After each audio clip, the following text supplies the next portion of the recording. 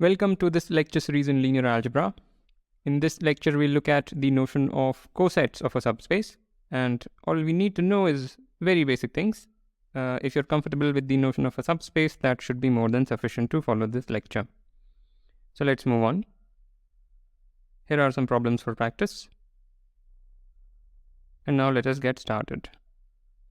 So fix a vector space V over some base field F. Here, for example, we have taken the vector space as R2 and fix a subspace of V.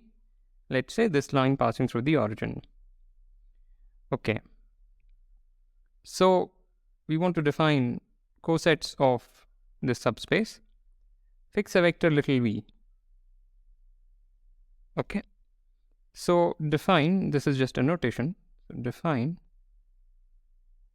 v plus u as, so that's the, this is just a notation and this is what it means.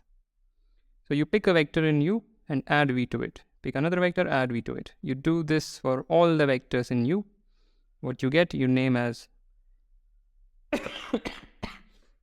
little v plus capital U. So what does this look like? It is just translating this entire thing by the vector v. So that's what it will look like. This is v plus u. Okay, and now we can define a coset. So a subset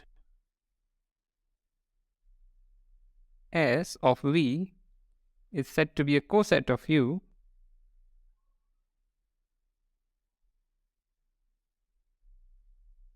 if there is some vector v such that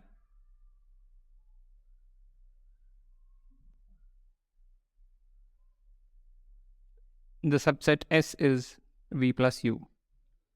So a subset S of v is said to be a coset of u if it is a translate of u in natural language. Okay. So this is just the definition of a coset, and the set of all the cosets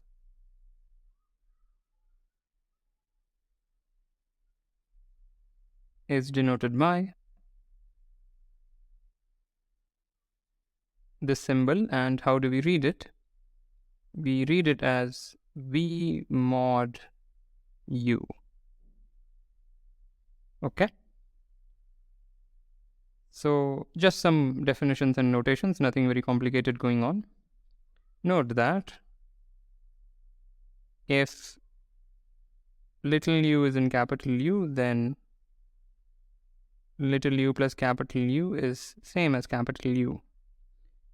Of course, this can be seen by this algebraic definition, but what is going on is if you pick something in U and you add this to all things in U, of course, you're going to recover U. Visually, this should be obvious. Okay. So that's just a very simple definition. As an exercise, you should tussle with the following. It's a very simple exercise. Suppose we define a linear map from R2 to R as, and let K be the kernel of T. Recall the kernel is all those vectors which are mapped to 0 under the transformation T. What are the cosets of K? Draw them. All right. So now here is a very fundamental property of cosets. The set of all the cosets of any given subspace partition the entire vector space. All right, so the statement is self-explanatory if you look at this picture. The cosets are all these lines, and of course they partition the entire R2. Everything has to lie on exactly one of these lines. Okay. So before we proceed, let me also mention that many times we will write this as V bar. So this of course suppresses the dependence on the subspace. For different subspaces, this will be different. But when there is only one subspace hanging around, it is good to just abbreviate this thing to V bar. It helps. So that is what we will do. And now, first we show that two distinct cosets are disjoint. Okay, so to do this, to do that, let V1 and V2 be two vectors such that the corresponding cosets intersect non-trivially. So we want to show that actually the cosets are the same. That is, these two things are the same. So this will show that two distinct cosets do not intersect. So we will show that.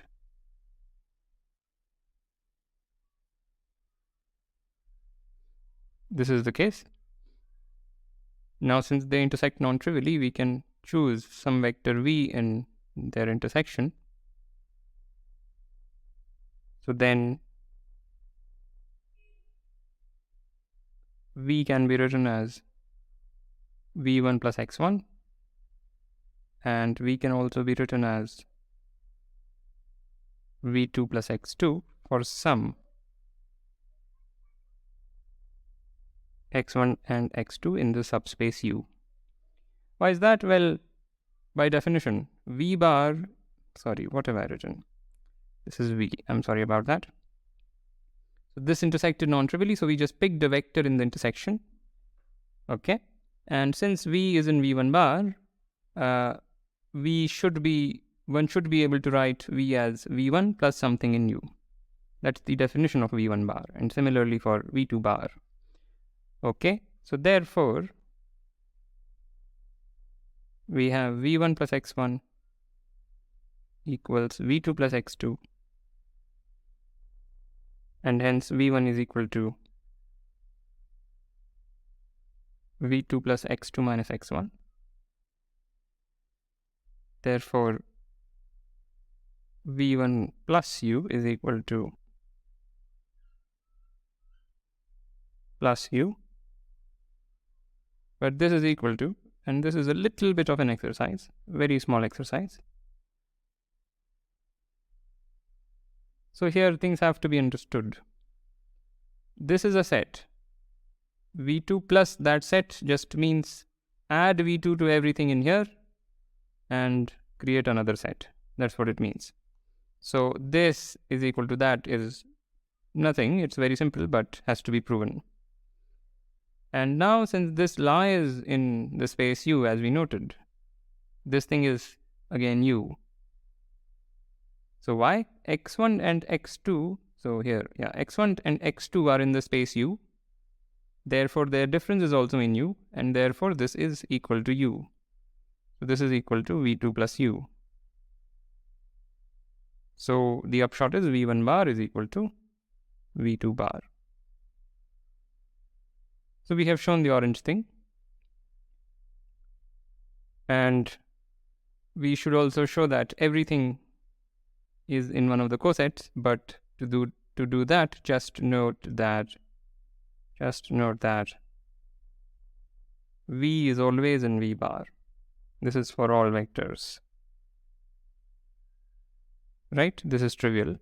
So that shows that indeed the cosets partition the entire vector space. Okay.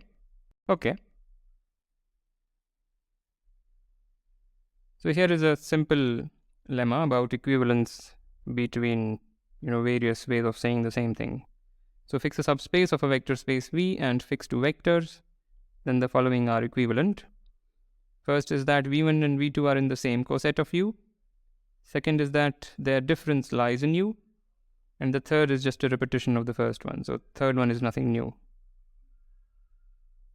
Or well, not nothing new, but certainly this implies that.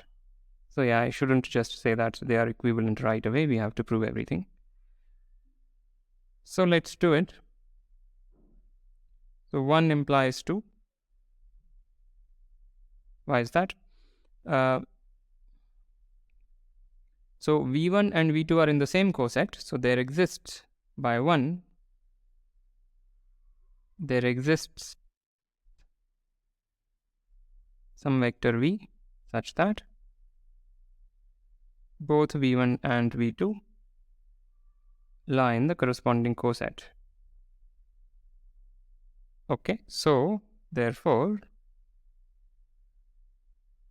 V1 is equal to V plus x1 and V2 is equal to V plus x2 for some x1 and x2 in the subspace. Alright, so now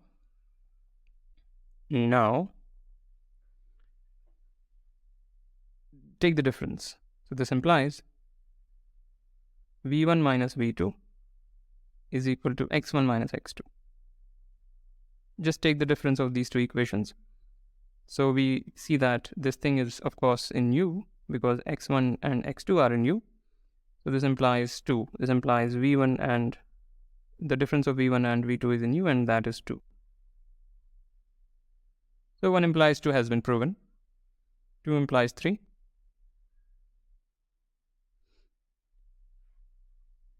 Okay, so by 2,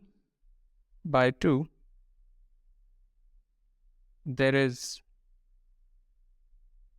x in U such that, maybe I'll change the color so that you can discern. So what's a good color? Let's use pink maybe. So by 2, V1 minus V2 is equal to x for some x in U. Alright. Therefore, V1 is equal to V2 plus x. And thus, V1 plus U is equal to V2 plus x plus U, and that implies V1 plus U is equal to V2 plus x plus U. We commented on this kind of thing earlier, so I will not repeat it. We have that, but again, this is already in U, so this is U. And we get V1 plus U is equal to V2 plus U, and that is the statement of 3. Okay. Now, what about 3 implies 1? That is the easiest one. So V1 plus U is equal to V2 plus U. But V1 lies here and V2 lies here. These two cosets are the same. So V1 and V2 lie in the same coset of U. That's it. There's nothing to do here. So these three things are equivalent. It's good to remember this. Lastly, cosets can be obtained by an equivalence relation. This will be more or less an exercise for you. So the setup is the same. Let U be a vector space, a subspace of a vector space V. Define a relation tilde on V as